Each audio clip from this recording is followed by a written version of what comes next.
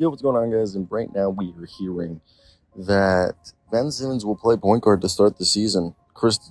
Christian Winfield says, Jacque Vaughn says he and Ben Simmons have agreed that Ben Simmons will be the point guard so long as he can consistently play at a high level. Jacque Vaughn intentionally chose his agreement over commitment to reiterate his statements about Simmons has to be healthy and playing consistent good basketball, which means as long as he's at a high level, staying healthy, he's going to be fine. Supposedly during the 5-on-5, he's played good. And I think it's it's interesting because it shows that Ben Simmons, there is hope within the Nets organization that he can be a productive basketball player, that he can be someone that helps this team win, that he can be a part of the culture. But they also aren't handicapping themselves to him. And I understand that.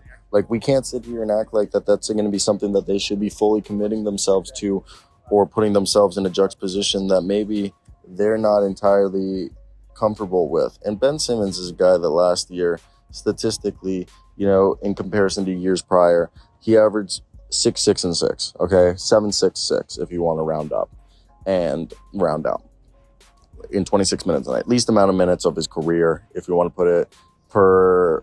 Even if you looked at his numbers like per 36, okay, he still would have only averaged 9.5 points, dished out 8.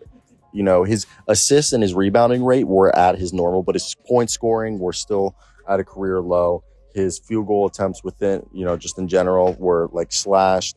His shooting actually like 57% within. He was actually a bit more efficient in a weird way, one might argue, this past year in terms of shooting within the arc, but his true shooting was still a career low of 55.9, and his free throw rate was at a 24%. So like it's not a consistent like level of production for Ben Simmons. But the thing is with Ben Simmons is that you're looking at a guy who can be one of the better players. And I think when you think about him, Ben Simmons is definitely a guy that I do like what he's able to do, because he's a guy who's a triple-double threat. He has elite point guard positions at a guy who's 6'10", unstoppable in the open court, and he's a great finisher. He's one of the best defenders, if not the best defender in the entire NBA, one of the few guys that actually can go 1 through 5.